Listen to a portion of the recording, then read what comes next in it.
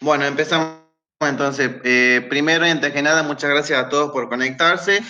Esta fue una clase que me pidió la doctora De Fanti, que es la jefa del servicio de neonatología del Hospital Italiano. Yo soy médico de guardia ahí.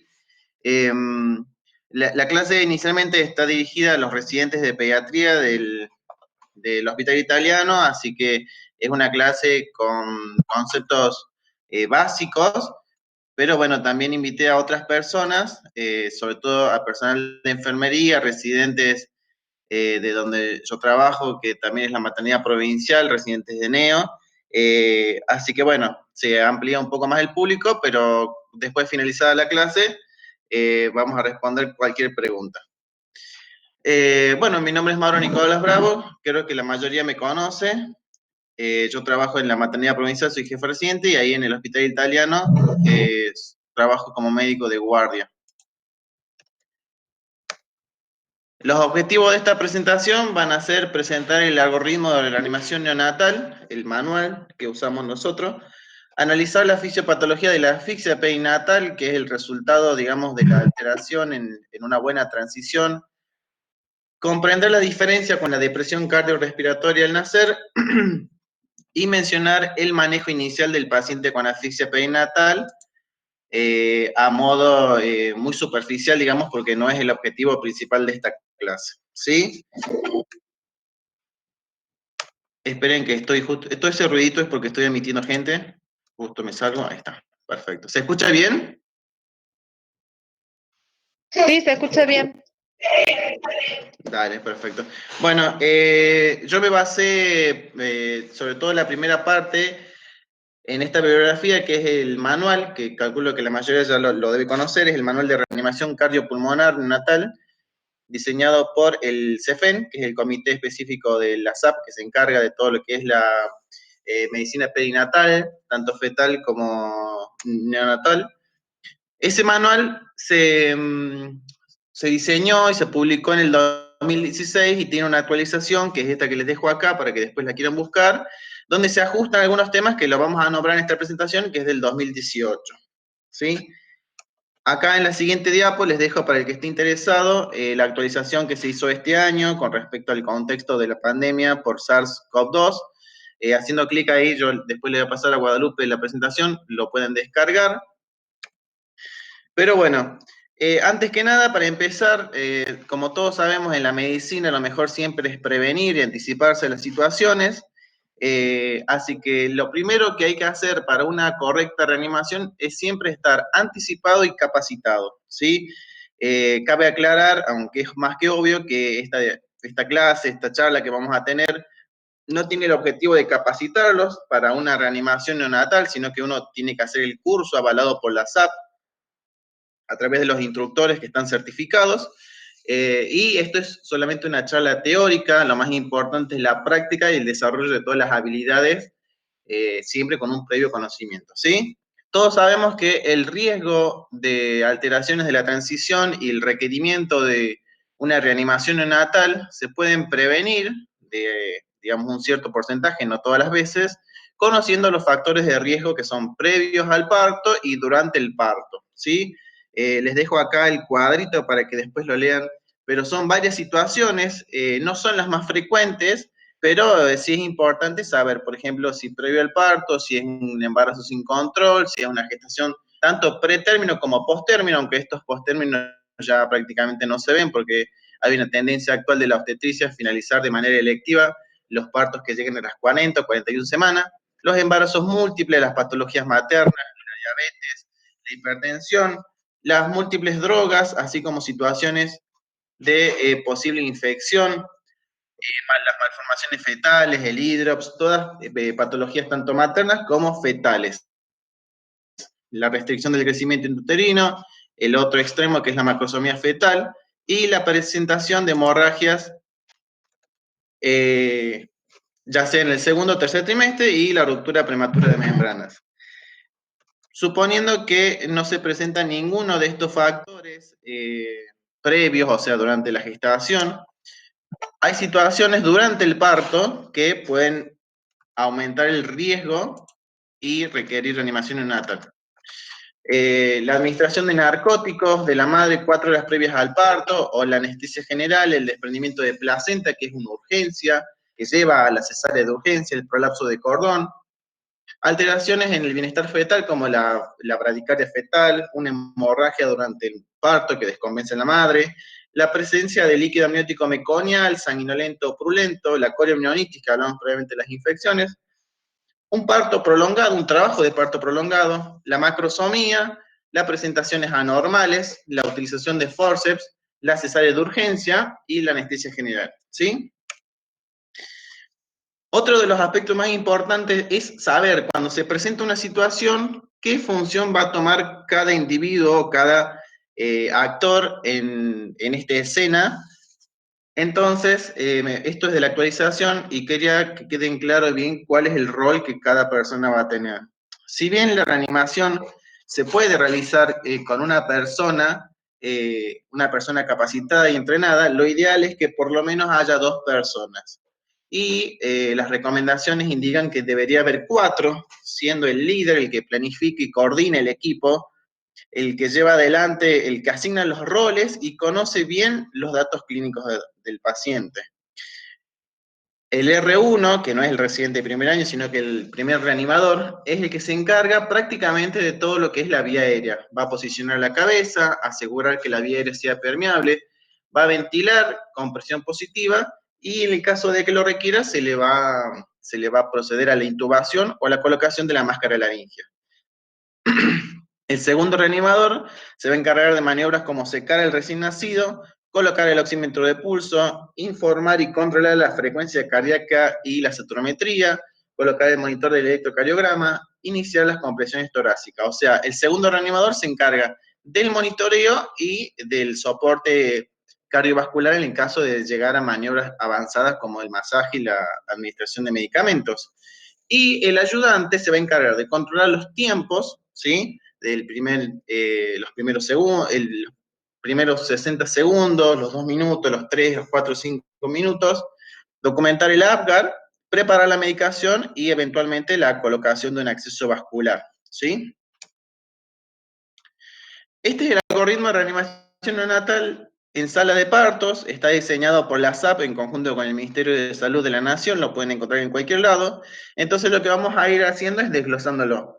La doctora Fanti me explicó que ella ya les presentó una clase previamente donde se hablaba, o digamos, se explicaba los mecanismos que se llevan a cabo durante la transición normal y todos los cuidados que hay que tener con un recién nacido que presenta una adaptación sumamente normal y que no requiere mayores cuidados que lo que corresponde al proporcionar el calor, asegurar la vía aérea, secar y luego de la evaluación, la internación conjunta en madre y niño.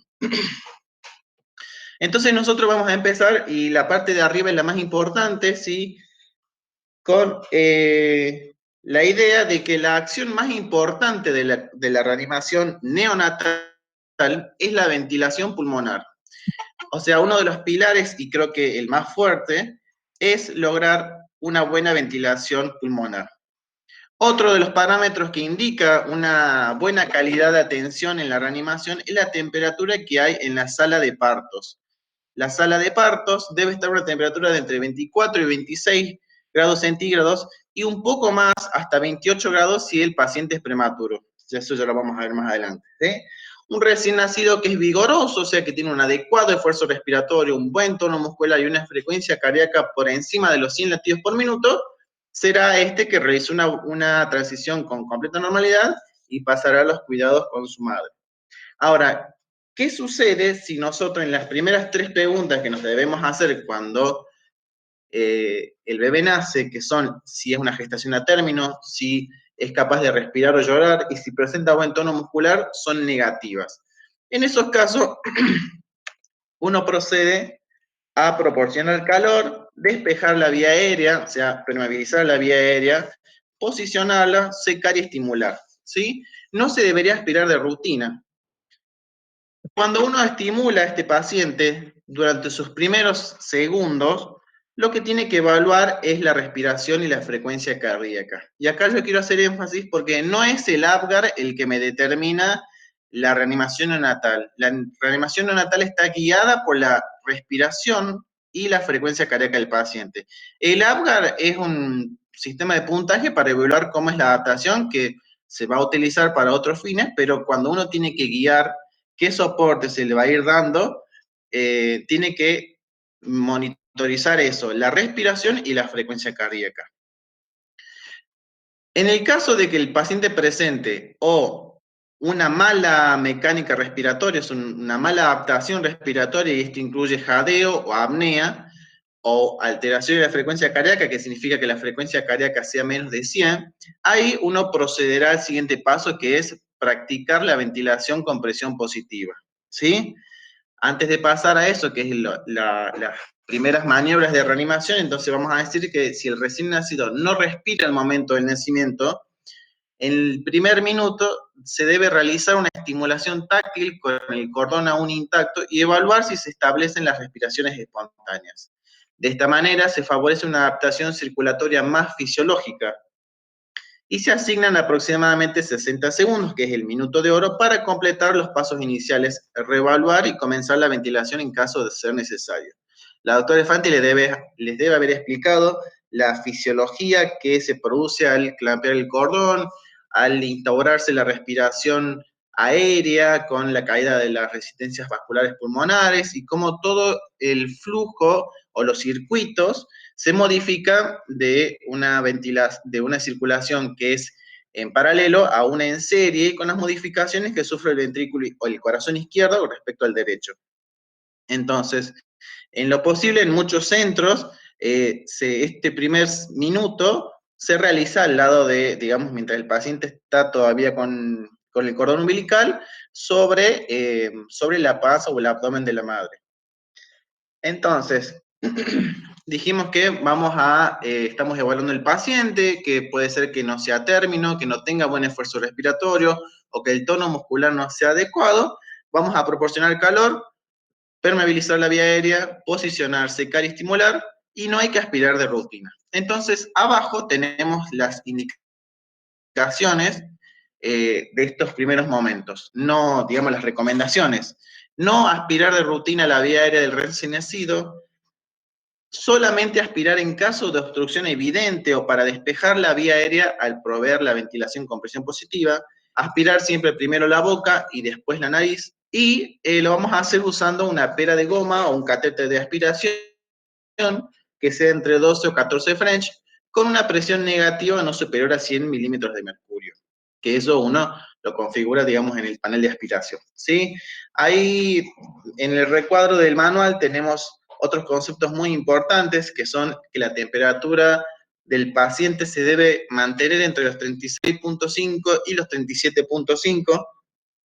Esto es tan peligroso la hipotermia como la hipertermia, y si nos dirigimos a leer todo lo que es los cambios que hay en el metabolismo basal energético de los pacientes cuando se exponen a estas dos situaciones patológicas, lleva a una demanda energética tan alta que complica aún más la transición y sobre todo la respuesta a la reanimación. Con respecto a la ligadura del cordón, que ya les deben haber hablado, las recomendaciones hablan de, en los términos, que sea mayor de 60 segundos. A mí me gusta, cuando explico estos temas, que más allá de llevarse el concepto de un número, sino llevarse el concepto de que una vez instalada la buena ventilación pulmonar, recién se debería clampear el cordón, porque así uno disminuye, digamos, corta el suministro de oxígeno por cordón, y además empiezan todos los cambios hemodinámicos por los cambios en las resistencias, tanto pulmonares como sistémicas. Si el paciente, si el paciente no responde a estas maniobras, que es la de aspirar, acomodar la vía aérea, permeabilizar, secar y estimular, y vemos que no hay respuesta, o sea, falta de refuerzo respiratorio o una frecuencia cardíaca de menos de 100, vamos a pasar a practicar la ventilación con presión positiva, ¿sí? En estos casos, vamos a pasar a la otra diapo, ¿sí? Es importante, esto quiero presentar una situación que es bastante particular, que es la del paciente que nace en el contexto de un líquido amniótico meconial, ¿sí? Las medidas que se toman con respecto a estos pacientes han cambiado durante el tiempo, y lo que hoy se sabe es que ya no se practica más lo de aspirar la nariz y las fauces antes de la salida de los hombros, que era una práctica habitual. Antes se pensaba que por la fisiopatología del síndrome de aspiración de líquido meconial se debían sacar todas las secreciones apenas el recién nacido se producía su salida de la cavidad uterina. Hoy se sabe que los mecanismos patológicos que afectan al pulmón de un recién nacido que aspiró líquido amniótico son intrauterinos, entonces no tiene evidencia científica aspirarlos apenas nacen, sino llevar a cabo otras maniobras que son más importantes y disminuir la mortalidad de estos pacientes. No hay que aspirar tampoco la tráquea en los recién nacidos con líquido meconial que son vigorosos, ni en los recién nacidos deprimidos en forma rutinaria. La prioridad siempre es la ventilación. Cuando nace un paciente con líquido amniótico meconial, pueden nacer completamente vigoroso, con buen esfuerzo, con buen tono y con una frecuencia cardíaca por encima de 100, y no por ser meconial le voy a hacer maniobras que no corresponden. La aspiración de secreciones puede realizarse en cualquier momento luego del nacimiento, no hay apuro, la decisión estará a cargo de la persona responsable de la recepción y el objetivo es mantener permeable la vía aérea. En los casos de que haya líquido amniótico meconial, siempre se va a requerir la presencia de al menos un miembro del equipo que esté capacitado en reanimación neonatal avanzada, porque así como pueden hacer un recién nacido vigoroso con líquido amniótico meconial, también tenemos el otro extremo, que es el síndrome de aspiración de líquido meconial, que son pacientes graves y que requieren muchas veces reanimación avanzada, que incluye masaje y administración de drogas, además de la invasión de la vía aérea. Entonces, para que el concepto quede fijo, si nosotros tenemos un paciente que no responde, o sea, que no responde a las maniobras de secado, de estimulación y de prevención de la vía aérea, continuar proveyendo estimulación táctil a un recién nacido que no respira o administrar oxígeno libre cuando se encuentra bradicárdico carece totalmente de utilidad y solamente retrasa la realización de maniobras que han demostrado ser efectivas. Recordemos que la acción más importante y eficaz, lo volvemos a decir, en la reanimación neonatal es la ventilación pulmonar. Por ende, el primer minuto es esencial. Si después del primer minuto no hay una respiración eficaz o la frecuencia cardíaca es menos de 100, tenemos que iniciar ventilación con presión positiva.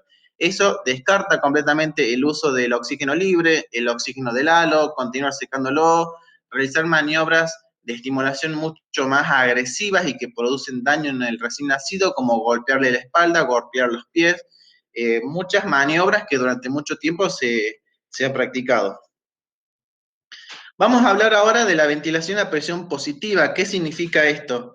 Significa practicarle al recién nacido lo que él no ha logrado a través de esta transición que no ha sido normal. ¿Sí? La ventilación a presión positiva depende básicamente de dos grandes factores. Uno es la fracción inspirada de oxígeno y la otra es la buena técnica ventilatoria. El control de la fracción inspirada de oxígeno va a estar dada por cómo uno mezcla el oxígeno puro que viene de los paneles con el aire comprimido, ¿sí? Este dibujo que está acá abajo en la figura 1, acá voy a poner el puntero. Maurito, perdón que te Acá en la corte. figura 1 Acá te tenemos lo que es un escriben, blender, que es el... Maurito, te escriben que expandas la presentación, que ¿Hola? no se la ve. ¿Se escucha?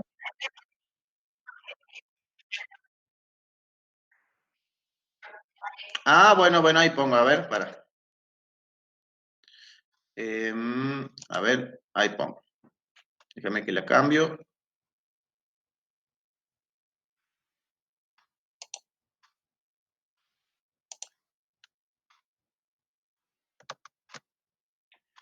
Presentar ahora.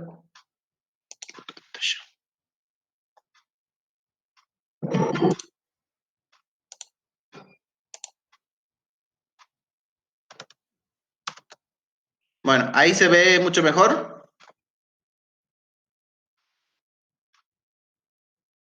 ¿Se ve Sí, mejor? sí, ahora sí. Perfecto. Bueno, lo que tenemos acá abajo, entonces dijimos en la figura 1, es el blender, ¿sí? Que es el término en inglés y mezclador sería en español, donde tenemos la fuente de oxígeno puro, que es el oxígeno libre, y el aire comprimido. Estos dos se van a conectar en una conexión de tipo I, y siempre, dependiendo del flujo que nosotros pongamos de uno o del otro, va a determinar el fío, ¿sí? Entonces, a mayor cantidad de oxígeno libre que nosotros pongamos, mayor va a ser la fracción inspirada de oxígeno. Eso es con respecto al control de la FiO2. Con respecto a la técnica de ventilación, primero hay que conocer lo que son los dispositivos de ventilación, que nosotros tenemos tres que se describen, digamos, en los manuales. Uno es el reanimador en T, un ratito. El otro es la bolsa la bolsa inflada por flujo, y lo tercero, este de acá, es la bolsa autoinflable, ¿sí? El reanimador de la pieza en T es por lejos, o por lo menos uno cuando lee y revisa los artículos, el preferido por varias características que tiene, ¿sí? Este gráfico que tienen acá es la marca comercial más conocida, que es el Neopaf, ¿sí? El Neopaf versus las otras dos modalidades o los otros dos dispositivos, que el segundo y el medio son las bolsas que utilizan los anestesistas generalmente en quirófano, y la tercera es el viejo y conocido Ambu, que es la marca comercial, pero el nombre correcto es bolsa autoinflable, ¿sí? El CPAP, no sé si lo han utilizado alguna vez en recepción, pero es un dispositivo que te permite proveer presión al final, que te, disculpa, te permite proveer lo que es el CPAP, o sea, presión continua en la vía aérea, requiere una fuente de gas, y lo más remarcable, lo más importante, es que logra administrar una PIP y una PEP consistente. Esto significa una presión al final de la expiración y una presión inspiratoria pico bien determinadas, porque con el reanimador en T uno determina cuál es el valor de PEP y de PIP que establece, y se administran por eso. La FIO se puede llegar hasta el 100% o al 1.0, digamos que sería el 100%, y lo negativo que lo tienen todos en realidad es que se desconoce realmente cuál es el volumen TIDA, ¿sí? Porque si uno no capta bien, no hay sensores, digamos, para medir el flujo, entonces uno podría estimar qué volumen tira está administrando el paciente, pero no hay un medidor real, ¿sí? Con respecto a la bolsa autoinflable, también puede proveer CPAP, requiere también una fuente de gas, la PIP y la PEP también son inconsistentes, y la FiO2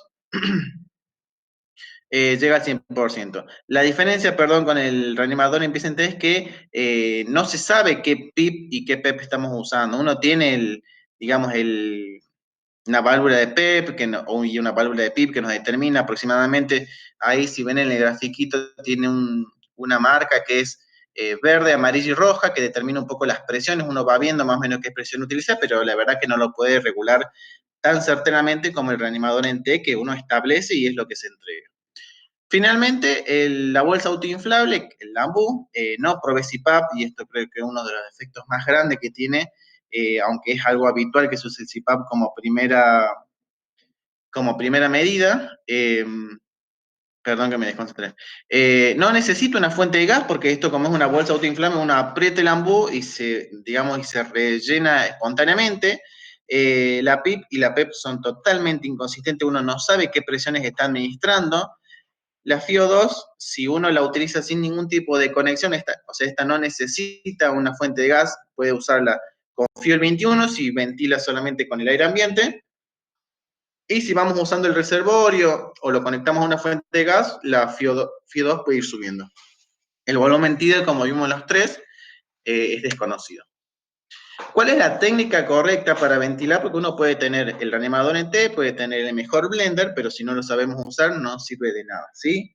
Es preciso que haya un sello hermético para que cada uno de los dispositivos de reanimación genere presión positiva para insuflar los pulmones. Esto significa utilizar la técnica. Ahí en el gráfico tenemos del lado A un paciente que sería prematuro porque es más chiquitito, está con la bolsa, está con los electrodos, y la máscara, fíjense que es mucho más chiquitita que el paciente del lado B, en donde en el lado B se utiliza la técnica habitual ¿cómo se llama? El sellado en C, que significa poner entre el pulgar y el índice, coaptando bien la nariz y la boca del paciente, y el resto de los dedos más hacia abajo. Ahí seguimos. En el caso de los prematuros, bueno, se puede usar solamente, digamos, el pulgar y el índice y no hace falta realizar una T, sino que es más fino el sellado hermético, ¿sí? ¿Qué frecuencia se usa para ventilar? Porque uno lo que busca es reemplazar las respiraciones ineficientes del paciente con estas maniobras en positivo. La frecuencia normal de los neonatos varía entre 30 y 60, entonces el establecimiento de la frecuencia respiratoria, sea en estas ventilaciones en recepción o en un respirador, o para el examen físico de un recién nacido normal en madre niño en consultorio, se tiene que tener en cuenta esto, que es lo fisiológico, son volúmenes chicos con frecuencias entre 40 y 60, ¿sí? Una mnemotecnia para recordar cómo ventilar con esa buena frecuencia, es decir, ventilo 2-3. Cuando digo ventilo, tengo que hacer fuerza, o sea, o aprieto. Fíjense que las dos imágenes están con el reanimador en T, entonces uno debería tapar la válvula para generar la PIP y soltar. Entonces, ventilo 2-3, ventilo 2-3. Y así ir contando para establecer una frecuencia respiratoria o ventilatoria en este caso que sea rítmica y que quede dentro de las 40-60 que dijimos que es lo fisiológico y lo que está indicado para la reanimación. ¿Qué pasa si a pesar de que hacemos todo lo correcto, vemos que la ventilación no es efectiva, que no se expande el tórax, que el paciente no recupera la saturometría, que persiste la bradicardia?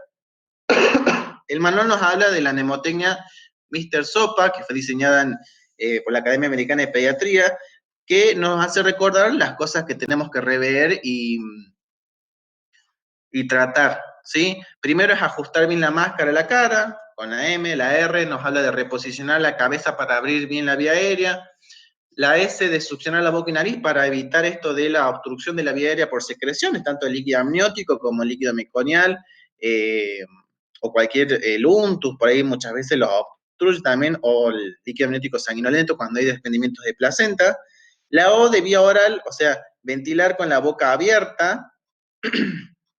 La P ya es más agresivo, ya es empezar a aumentar las presiones, suponiendo que uno está haciendo todo bien, y digamos, analizar o suponer que el paciente tiene una patología respiratoria que requiere empezar a elevar las presiones hasta un máximo de 40, incluso 40.000, yo lo haría con bastante cautela, siempre ocultando y mirando el tórax. Uno lo que busca con la ventilación a presión positiva es ver una buena excursión torácica.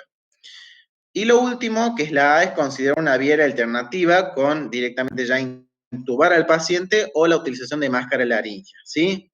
Con respecto a esto, a mí, como esto va dirigido a residentes de pediatría, en sus inicios, básicamente esta charla fue para ellos, es que si no se animan a intubar o no saben intubar o no tienen experiencia, siempre es mejor que se continúe ventilando el paciente con el reanimador en Vicente o el AMBU o lo que tengan, siempre desconectado de la fuente de oxígeno al 100%, si hace falta, y asegurar una buena ventilación. Digamos, es mejor saber ventilar adecuadamente con el dispositivo que largarse a probar intubar directamente, porque muchas veces muchos residentes tienen como el concepto de que es mejor médico el que sabe intubar que el que utiliza el dispositivo en T, y eso es un concepto muy errado, ¿sí? Bueno, entonces dijimos que el paciente no responde, lo íbamos a empezar a ventilar, nos aseguramos que todo está funcionando bien en la ventilación, lo volvemos a analizar al paciente dentro de esos 30 segundos y vemos que la frecuencia cardíaca sigue baja, o sea que no se recupera el paciente, no recupera la saturación. Vamos a ver cómo seguimos. Y acá, bueno, les dejé, está el cuadrito de cuál es la FIO con la que inician los pacientes. Si el paciente es término o prematuro moderado tardío, que son los recién nacidos de más de 30 semanas, de 30 o más semanas, uno debe iniciar con una FIO de 0.21, o sea, aire ambiente. O sea, si usamos el AMBU, lo utilizamos desconectado, y si usamos el reanimador en T, hay que calibrar el blender en 0.21, 0 mínimo. Debería ser todo el comprimido y nada de oxígeno agregado. Esto ya está estudiado, está demostrado. La toxicidad que produce empezar con FIO al 100, que es lo que se practicaba antes, ya está certificado y se sabe que uno debe empezar con FIOs de este valor, y si lo va requiriendo o si Sí, hay una etapa más adelante donde sí se utiliza FIO al 100%, que es cuando uno tiene que ya entrar con masaje cardíaco o medicación, pero en un principio se debe usar FIO al 21 y solamente FIO al 30 cuando el paciente es menor de 30 semanas, ¿sí? Esto es porque la prematurez de esas semanas de edad gestación requiere un poco más de FIO, pero tampoco es muy alejado, o sea, 21 y 30 es muy poca la diferencia, tampoco se debe empezar con el 100%. Y en cuanto se puede, sobre todo a estos prematuros más chiquitos, disminuir los requerimientos de FIO2 a través de distintas maniobras, como por ejemplo el surfactante, y ahí acomodar otros aspectos. En el 4 de abajo tenemos los valores de saturimetría preductal que manejan los recién nacidos, ¿sí? Ustedes saben que los recién nacidos apenas los vemos, parecen cianóticos generalizados y van recuperando de a poco. Fíjense que recién a los 10 minutos los pacientes logran una saturimetría entre el 85 y el 95%. O sea que yo no puedo esperar a cuando yo quiera hacer el Apgar del minuto o de los 5 minutos, esperar a un chico completamente rosado y que yo le pueda poner un puntaje de Apgar de 10 en 10. Por eso muchas veces yo por ahí cuestiono el Apgar 10-10, porque un recién nacido no podría tener un Apgar 10-10 porque no está completamente rosado. Estos valores son de los recién nacidos, tengan en cuenta que los prematuros y los recién nacidos por cesárea pueden demorar un poco más en alcanzar este 85 a 95%. Entonces, no volverse loco con el monitor. Si el chico tiene una buena mecánica, una buena frecuencia, un buen tono, y vamos 4 minutos y satura 80%, no es algo para salir corriendo a ventilar el chico. Entonces dijimos, nos guía la actividad respiratoria y la frecuencia cardíaca. Dijimos que lo estamos ventilando al paciente, vemos que no mejora, la saturación continúa baja y la frecuencia cardíaca persiste baja. Si la frecuencia cardíaca empieza digamos, a caer por valores de menos de 100, dijimos que íbamos a asegurar y corregir las maniobras de ventilación, considerar la intubación o el uso de máscara laringea, y acá tenemos dos opciones. Si la frecuencia cardíaca persiste en su descenso, o sea, ya empieza a romper el límite de los 60 latidos por minuto, uno ya tiene que empezar con maniobras avanzadas y eso incluye la ventilación a presión positiva con FIO al 100%, más la intubación, más el inicio de masajes cardíacos durante 60 segundos. Tras ese primer ciclo, uno debe volver a evaluar al paciente. Si sigue con menos de 60 latidos por minuto, debería agregarse a todo ese tratamiento la administración de adrenalina. ¿Sí? Siempre que la respuesta sea de estas maniobras con una frecuencia de más de 60, volvemos a la ventilación y asegurarnos todo. ¿Sí? Entonces, como límite de corte, cuando el paciente tiene una frecuencia cardíaca de menos de 100, ventilación a presión positiva. Menos de 60, masaje cardíaco y adrenalina si hace falta. Acá yo me quería detener a analizar cómo nosotros contamos la frecuencia cardíaca, ¿sí? Que es a partir de la palpación del cordón o la auscultación directa. Nosotros contamos en 6 segundos y eso es lo que se multiplica por 10. Si yo en 6 segundos cuento 7 por 10 son 70 latidos por minuto.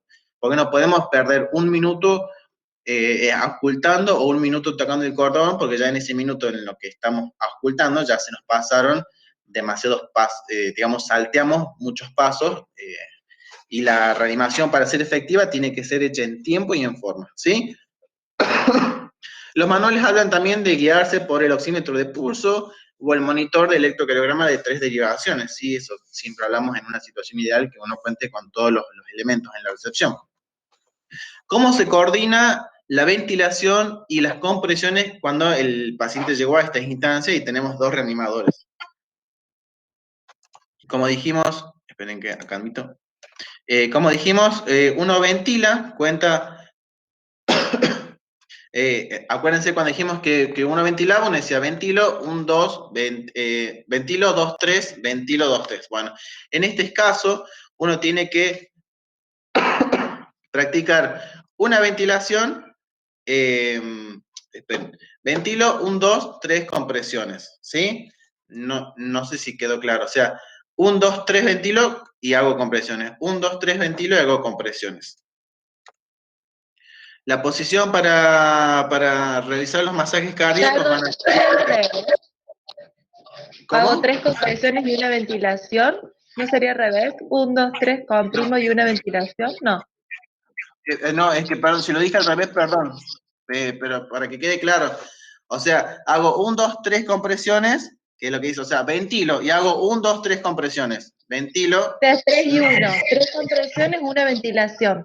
Por eso, perdón si lo dije al revés. Capaz que lo pensé y me expresé mal. Pero sí, es comprimo 1, 2, 3 y el que me acompaña ventila. ¿Sí? Por ahí si se confundió, pido disculpas. Esto me marea. Bueno, acá bueno, este es el gráfico de las compresiones, esta es una de las maniobras que se puede utilizar, creo que es la más aconsejable, con los pulgares en el tórax del paciente y los 4 restantes dedos de cada mano por la espalda para lograr una buena fijación. ¿Sí? Bueno, ahí abajo se explica que se requieren 2 operadores, uno encargado de la ventilación y otro a cargo del masaje cardíaco. ¿Sí? Entonces, comprimo 3, ventilo 1, comprimo 3 y ventilo 1. Pido disculpas si lo dije al revés. Bueno, y acá ha llegado digamos, a la parte más avanzada de la reanimación, donde ya uno tiene que administrar adrenalina, ¿sí? Que es cuando ya ventilamos adecuadamente, practicamos masajes cardíacos y la frecuencia cardíaca persiste por menos de 60 latidos por minuto, uno debe empezar a administrar soporte inotrópico, ¿sí? La adrenalina, la ampolla viene en preparación de 1 en 10.000, entonces uno debe indicar a quien esté encargado de la medicación diluir 1 mililitro en 9, o sea, 1 mililitro de la ampolla, que generalmente trae 1 mililitro, en 9 mililitros de solución fisiológica, ¿sí? Entonces, de esa preparación, uno debe indicar 0,1 mililitro por kilo, que esa preparación ya queda 1 en 10.000, digamos, esa es la dilución nueva, 0,1 mililitro por kilo. Y eso se puede administrar por el catéter umbilical o si no logramos un acceso central en ese momento, porque es difícil, porque no hay otro operador que lo pueda hacer, se puede administrar directamente pura por el tubo endotraqueal. O sea, 0,1 mililitro, pero por kilo de la preparación inicial, que es de la adrenalina pura de 1 en 1000. Si vemos que no responde, ¿cuántas veces se podría hacer adrenalina? Las indicaciones de reanimar a los pacientes hoy en día están basadas en varios criterios, sobre todo el criterio de viabilidad del paciente, que hay toda una guía del Ministerio de Salud de la Nación, pero en líneas generales, yo creo que con más de 20 minutos de reanimación, que esto incluye varios ciclos de administración de adrenalina, uno tendría que empezar a considerar situaciones especiales, que ahí las tenemos nombradas, que son evaluar ventilación inadecuada, situaciones de hipovolemia, neumotórax, u otros diagnósticos que se escapan a lo más habitual de la reanimación neonatal. Con respecto a otras medicaciones, muchas veces se habla del bicarbonato de sodio, porque el paciente con una reanimación avanzada está expuesto a una situación de acidosis metabólica grave, ¿sí? Debería corregirse la causa que la genera la acidosis metabólica grave, ya que el uso del bicarbonato de sodio puede mejorar la acidemia, pero exacerba la acidosis intracelular y aumenta el nivel de dióxido de carbono, ¿sí? Por lo tanto, y esto lo dice el manual, se considera que el uso de bicarbonato en sala de partos para recién nacido con asfixia perinatal está contraindicado, ¿sí? La otra medicación que se analiza es la naloxona, ¿sí? Que sería la entidad para usarlo, serían los recién nacidos con depresión respiratoria en sala de partos debido a madre expuesta a opioides. ¿Qué se sabe sobre esto? Que bueno, hay estudios en animales y casos publicados donde se citan complicaciones debido a la naloxona que incluyen edema pulmonar, paro cardiorrespiratorio y convulsiones. O sea que hasta sería contraproducente. Esto es lo que dicen los manuales, pero por ahí uno en la situación que la madre fue realmente expuesta a una gran dosis de opioide y todo, uno se puede valer de hacer el intento, aunque sea con una dosis de naloxona, para revertir los efectos de la transferencia placentaria que recibió el feto. ¿Qué pasa cuando el RCP falla completamente? O sea, esta situación en la que llegamos a una frecuencia cardíaca menos de 60, con una buena ventilación, un buen masaje cardíaco, una buena coordinación de los dos y la administración de adrenalina. hay que pensar en estas entidades que son bastante infrecuentes, pero bueno, siempre pensar en este momento, digamos, debería ser el líder el que esté atento a esto y empezar a sospechar tanto un bloqueo de la vía aérea, que puede ser una atresia de Coano, una malformación de la vía faríngea, como un Pierre-Robin, y otras afectaciones que son poco frecuentes, ¿sí? Recuerden que el Pierre-Robin tiene una anatomía que es muy distinta, entonces por ahí muchas veces asegurar la vía aérea es muy difícil. Recién nacidos con alguna función pulmonar disminuida, eso incluye el barotrauma que lleva el neumotórax, un derrame pleural, por ejemplo, en un hidrops, la hernia diafragmática congénita, que muchas veces se diagnostica de manera ahí en la recepción y no prenatal, la hipoplasia pulmonar, que básicamente es intentar ventilar un pulmón que está sin desarrollar, la prematurez extrema y bueno, hoy sabemos que se está cuestionando cuál es el límite de la habilidad de los prematuros. Hoy sabemos que por lo menos hasta los de 23, 24 semanas hoy tienen alguna posibilidad de vitalidad, digamos. Y bueno, otras patologías del parénquima como son la neumonía congénita. Si el recién nacido, luego de descartar todas estas situaciones que pueden llevar al fracaso, continúa bradicárdico o hipóxico, deberíamos abrir el ojo a la cardiopatía congénita cianótica, bloqueos cardíacos congénitos como las cardiopatías congénitas cianóticas son patologías poco comunes y que la inadecuada ventilación luego del nacimiento es una causa mucho más frecuente de bradicardia y alteración de la oxigenación. O sea, estos ya son casos que se salen de lo habitual, ¿sí? Nosotros intentamos enfocar esta clase a el recién nacido, digamos, que tiene una alteración en la reanimación, pero no de origen cardiológico, ni, por ejemplo, la prematurez extrema.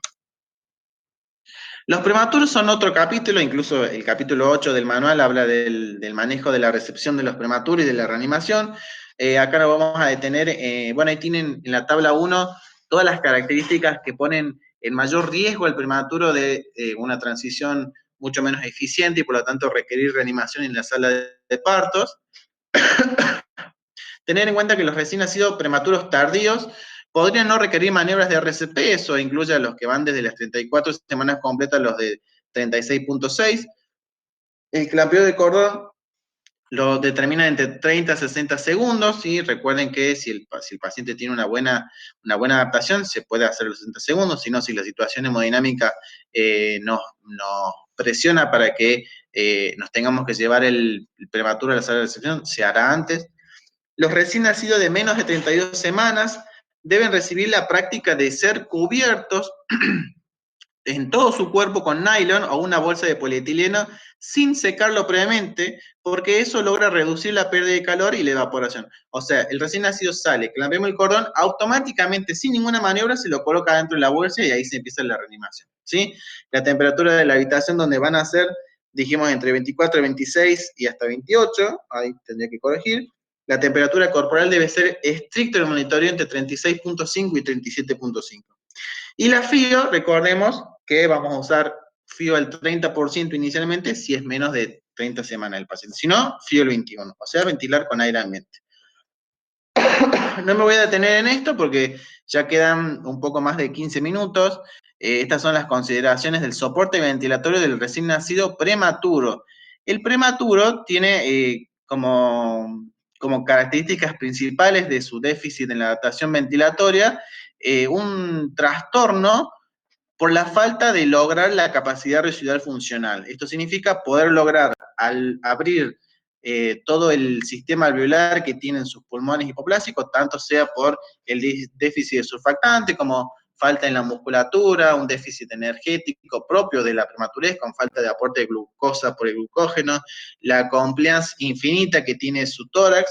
Entonces, todo esto determina que el soporte ventilatorio debe estar enfocado a lograr establecer la capacidad residual funcional. ¿Con qué se logra esto? A través de la presión expiratoria al final de la PEP, digamos, y a través de dispositivos que proporcionen CPAP, ¿sí? Entonces, en los prematuros, uno debería considerar la administración de CPAP si el bebé respira espontáneamente y tiene una frecuencia cardíaca más de 100, pero presenta alguna dificultad respiratoria o tiene una saturación baja, ¿sí? Y recuerden que es importante que la bolsa autoinflable, el AMBU, no puede administrar CPAP, porque uno ventila con toda la presión de la fuerza y después cuando suelte el ANPUB se pierde cualquier tipo de presión que se pueda haber logrado en el paciente. O sea, abrimos el pulmón y lo volvemos a desinflar. Acá les dejo, esta es la guía del ministerio que salió el año pasado, a fines de año. Está dentro de un programa que es ir sacando todas publicaciones cada 3 meses. Esta es la primera, que es recepción o de estabilización, traslado y admisión. El segundo es de cuidados respiratorios. Lo invito para que lo lean porque es muy interesante. Me parece a mí muy importante porque está diseñada y creada por nuestro país en base a evidencia científica con recomendaciones según el sistema GRADE. Y de acá quiero rescatar estas 4... Esperen que voy a tomar agua. Estas 4 recomendaciones que, como verán, son recomendaciones de grado A y B1. La primera es, aplique insuflaciones suaves con una presión de alrededor de 20-25 centímetros de agua en niños que se encuentren en apnea o bradicárdicos, ¿sí? Fíjense, presiones de 20-25 centímetros de agua, y habíamos hablado al principio que el manual recomendaba hasta 40. Mientras menos presión podamos usar, menos daño le vamos a generar al paciente. La intubación debe reservarse para bebés que no responden a la ventilación con presión positiva con máscara, y esto es importante. Creo que antes, solamente por ser prematuro, los pacientes se intubaban directamente. Hoy se sabe que el daño de la asistencia ventilatoria invasiva es muy grave por distintos mecanismos, entonces todo prematuro debería tener la posibilidad, si las condiciones dan, de un soporte no invasivo, con el CPAP, con una pieza nasal. Los bebés que requieren intubación para la estabilización deben recibir surfactante, y esto ya abre otro capítulo que no me voy a tener.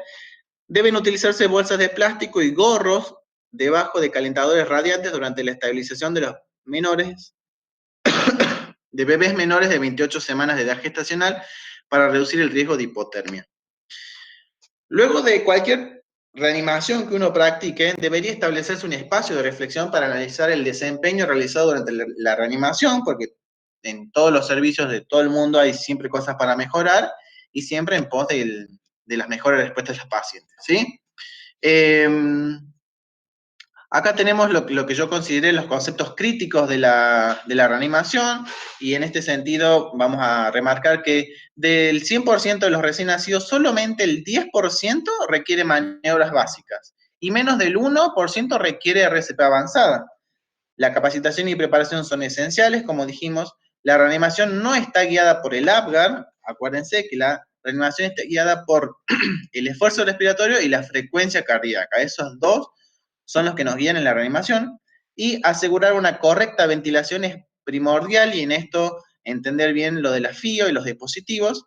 Y además de la ventilación, yo acá agregué que la temperatura y la glucemia también forman parte de la triada pronóstico, ¿sí? Uno puede ventilar bien un paciente, pero si llega hipotérmico, hipoglucémico, digamos, si ingresa así a la terapia o mientras uno reanima este hipotérmico, hipoglucémico, la reanimación no es de calidad. Acá les dejo, para los que quieran ver después, son 2 videos en YouTube del doctor Gonzalo Mariani, que trabaja en el Hospital Italiano de Buenos Aires, creo que lo deben conocer muchos. Él ahí entra en detalles sobre todo el oxígeno suplementario en los recién nacidos prematuros, analiza muchos artículos actuales, y en el segundo habla de esto de los minutos de oro, la recepción y el traslado, cómo aumenta la mortalidad con alteraciones de la temperatura, hipertermia y la hiperglucemia. Ahora vamos a hablar unos minutitos, 10 minutos nomás, sobre lo que es la depresión cardiorrespiratoria al nacer. Esto a mí me llamaba la atención cuando yo era residente, porque en realidad siempre escuchaba que la gente o los padres recibían el informe de que su hijo había nacido deprimido. Entonces me preguntaba qué entenderá el padre por qué su hijo nació deprimido, porque uno, si no sabe de medicina y menos de neo, un deprimido parece una depresión psicológica. Entonces hay que definir bien que la depresión cardiorrespiratoria al nacer se clasifica en leve, moderado y grave, dependiendo cuál fue el compromiso clínico, y eso nos va a guiar para establecer cuál es el manejo adecuado, ¿sí? La depresión cardiorrespiratoria al nacer significa que hubo alguna alteración durante la transición, pero bueno, si es leve, digamos, hubo un sufrimiento fetal agudo, y el APGAR, como resultado de eso, es al minuto menor de 3, pero a los 5 minutos ya es más de 7. O sea, fue algo tan agudo que con estimulación, sin esta ventilación se le practicó, pero se recuperó completamente con un Apgar más de 7, ¿sí? Esos pacientes podrían estar con controles de signos vitales durante 4 o 6 horas y pasarían unidad madre del niño si están asintomáticos. La depresión moderada es a la que la situación anterior se agrega que a los 5 minutos el Apgar no logró el 7, sino un 3 a 5.